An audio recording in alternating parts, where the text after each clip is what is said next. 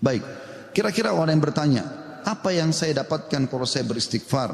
Yang pertama, akan dicatatkan pahala buat Anda sendiri. Karena istighfar ucapan yang tidak butuh energi banyak, hanya lisan dan bibir kita yang tergerakkan, ya, suara sedikit saja, tidak ada energi yang besar. Itu adalah ibadah yang besar pahalanya. Allah subhanahu wa ta'ala memerintahkan kita dan memerintahkan juga Nabinya Muhammad sallallahu alaihi wasallam untuk beristighfar kepadanya. Allah berfirman di dalam surah Mu'min ayat 55, A'udzu billahi minasyaitonir rajim, fasbir inna wa'dallahi haqqun wastaghfir li dzambik wastaghfir li dzambika wasabbih bihamdi rabbika bil ashi wal ibkar. Maka bersabarlah kamu, hai Muhammad dan pengikutmu, dalam melalui kehidupan dunia dengan segala macam cobaannya. Toh ada kehidupan akhirat yang akan abadi dengan nikmat. Karena sungguhnya janji Allah itu benar, tidak ada kedustaan. Salat, puasa, zakat, bakti sama orang tua, bersedekah, zikir, doa, apa saja kerjakan, semua akan kau dapatkan hasilnya. Dan mohonlah ampunan untuk dosamu hai Muhammad, dan pengikutmu juga perintahkan mereka lakukan itu. Dan bertasbihlah seraya memuji Tuhanmu pada waktu pagi atau pada waktu petang dan juga pagi hari. Kemudian juga Allah mengatakan dalam surah Al-Muzammil ayat 20, a'udzubillahi minasyaitonir rajim, wastaghfirullah innallaha ghafurur rahim. Dan mohonlah selalu ampunan kepada Allah, istighfar. Sesungguhnya Allah Maha Pengampun lagi Maha Penyayang.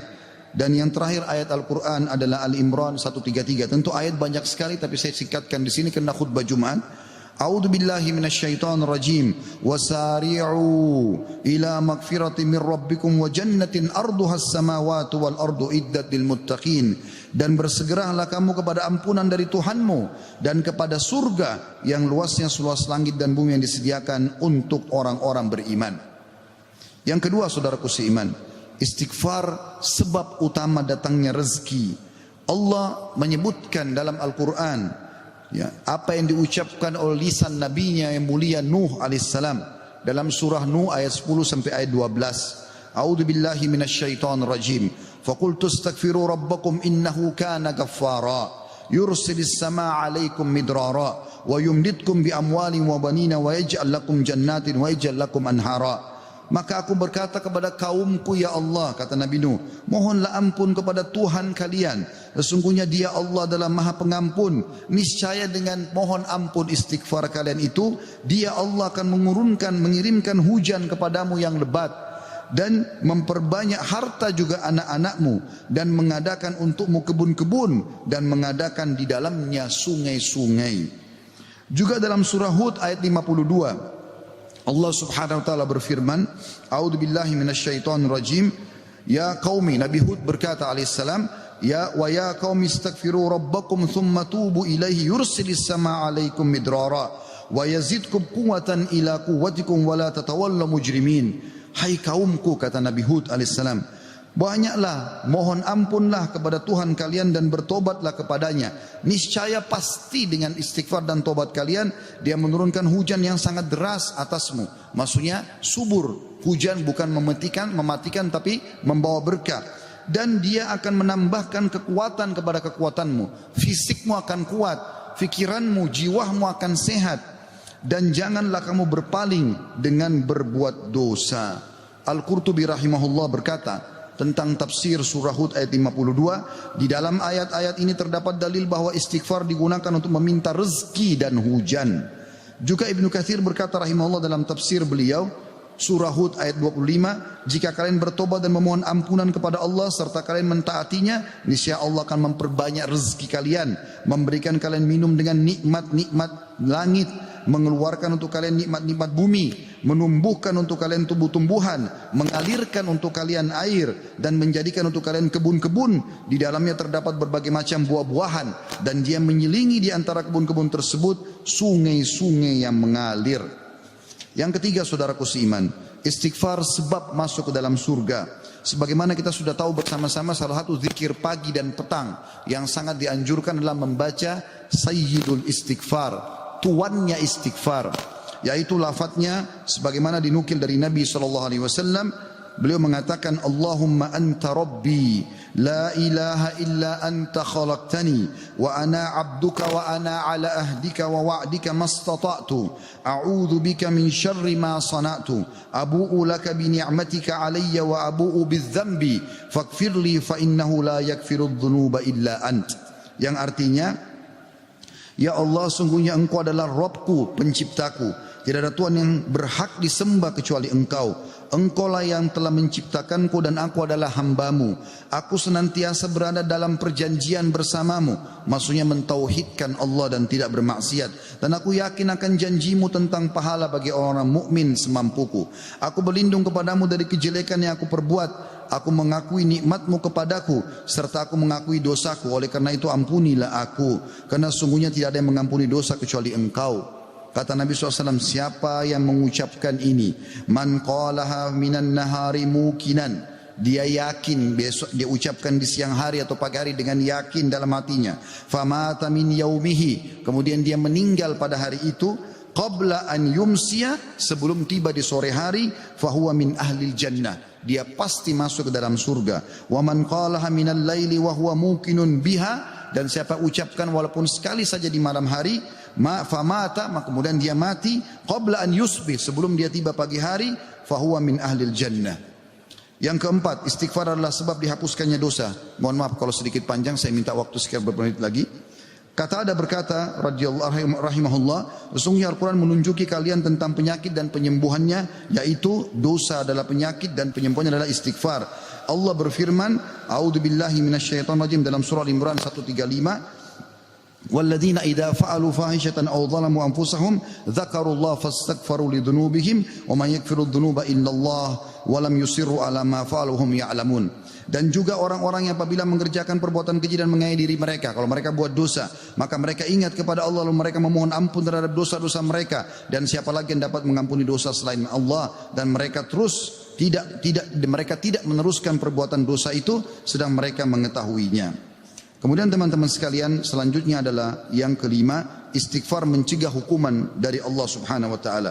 Saya ambil satu saja. Al Hasan Basri rahimahullah berkata, wahai anak Adam, meninggalkan dosa lebih ringan bagimu daripada mencari taubat, dan ketahuilah bahwasanya pada saat kau meninggalkan perbuatan dosa atau kau beristighfar pada saat berbuat dosa, maka azab Allah tidak akan datang. Karena Allah berfirman dalam surah Al-Anfal ayat 33, a'udzubillahi minasyaitonir rajim, wa ma kana Allahu liyu'adzibahum wa anta fihim, wa ma kana Allah mu'adzibahum yastaghfirun. Dan Allah sekali-kali tidak akan mengadab mereka sedangkan kamu berada di tengah-tengah mereka, hai Muhammad, dan tidak pula Allah akan mengadab mereka sedang mereka selalu memohon ampun. Yang keenam, istighfar sebab diangkatnya derajat. Dalam sebuah hadis, ajarkan bab ini kepada anak anda. Dalam hadis riwayat Ahmad dengan sanad hasan, kata baginda Nabi SAW, Inna Allah Azza wa Jalla yarfa'ud darajati lil abdi salihi fil jannah, fayaqulu ya Rabbi anna li hadhihi, fayaqulu bi istighfari waladika lak. Sesungguhnya Allah yang maha suci dan maha tinggi mengangkat derajat seseorang hamba saleh di surga sehingga dia bertanya, yang sudah mati diangkat derajatnya tinggi di surga. Hamba ini bingung, dia tidak pernah merasa berbuat amal yang bisa membawa dia ke derajat itu. Lalu dia bertanya, wahai Rabbku, dari mana nikmat ini hamba dapatkan? Maka kata Allah SWT, dari istighfar anakmu untukmu. Yang ketujuh, istighfar adalah sebab disucikan hati. Sebagaimana Nabi SAW bersabda, innal mu'mina idza adzama dzamban kanat nuqtatan sauda'u fi qalbihi. Kalau seorang mukmin berbuat dosa akan menjadi titik hitam dalam hatinya. Fa in taba wa naza wastaghfara su'ika qalbuhu minha. Kalau dia bertaubat kemudian dia beristighfar kepada Allah, meninggalkan dosanya, maka akan diangkat noda hitam itu dalam hatinya. Fa in zadat hatta taglufa qalbu fadzalika ar-rana alladhi dzakarahu Allah fi kitabihi kalla barrana ala qulubihim ma kanu yaksibun. Dan kalau seandainya dia bertaubat dan meninggalkannya serta beristighfar, hatinya kembali bersih darinya, dan kalau dia tambah melakukan dosa, maka bertambah pula titik hitam itu sampai menutupi seluruh hatinya. Dan itulah makna kalimat ar-ran dalam firman Allah Subhanahu wa taala, sekali-kali apa yang selalu mereka usahakan itu menutupi hati mereka. Surah Al-Mutaffifin ayat 14. Dua poin yang terakhir teman-teman sekalian, yang ke-8 adalah istighfar sebab memperoleh anak dan keturunan. Dinukil dalam sebuah riwayat disebutkan oleh Abu Hanifah rahimahullah dalam musnadnya, bahwasanya seseorang datang mengeluh dari Jabir bin Abdullah radhiyallahu anhu, seseorang mengeluh kepada Nabi SAW lalu berkata, ya Rasulullah, ya sesungguhnya orang semua punya anak tapi aku sendiri yang tidak punya anak. Maka kata Nabi SAW, mana kau dari dua senjatamu, memperbanyak sedekah dan istighfar, maka dengannya kau akan diberikan rezeki. Kata Jabir bin Abdullah, orang itu pun mengamalkan, lalu saya menyaksikan orang itu dikaruniai 9 orang anak, semuanya laki-laki. Kesembilan dan terakhir adalah istighfar sebab menikmati kesehatan dan kekuatan, sebagaimana dijelaskan dari dalam surah Hud ayat 52, dan sudah saya bacakan tadi ayatnya, saya tidak ulangi, tapi potongan ayatnya adalah yazidkum quwwatan ila quwwatikum. Istighfar menyebabkan bertambahnya kekuatan di atas kekuatan. Izinkan saya teman-teman sekalian menyampaikan sebuah kisah yang berhubungan dengan masalah ini, atau dua buah kisah ringkas. Ada seseorang di Irak dulu pernah berdagang, kemudian dia menemukan semua pedagang di pasar laku barangnya kecuali dia, dan dia orang miskin. Dia mengatakan, saya pun duduk di dekat barang saya sampai menjelang sore belum laku-laku. Maka tiba-tiba saya mengingat firman atau sabda Nabi SAW, man aksara istighfar, siapa yang memperbanyak istighfar, ja'alallahu lahu min kulli hammin faraja, Allah akan berikan kelapangan dari setiap kesedihannya, wa min kulli dikin makhraja, dan jalan keluar dari setiap masalahnya, dan juga razaqahu min haitsu la yahtasib, maka Allah akan berikan rezeki dari tempat tidak disangka-sangka. Maka dia bilang, saya pun beristighfar kepada Allah, dan terjadi satu keajaiban yang luar biasa. Ternyata datang kepadaku hampir seluruh pedagang pasar datang, dan mereka memperebutkan barang daganganku.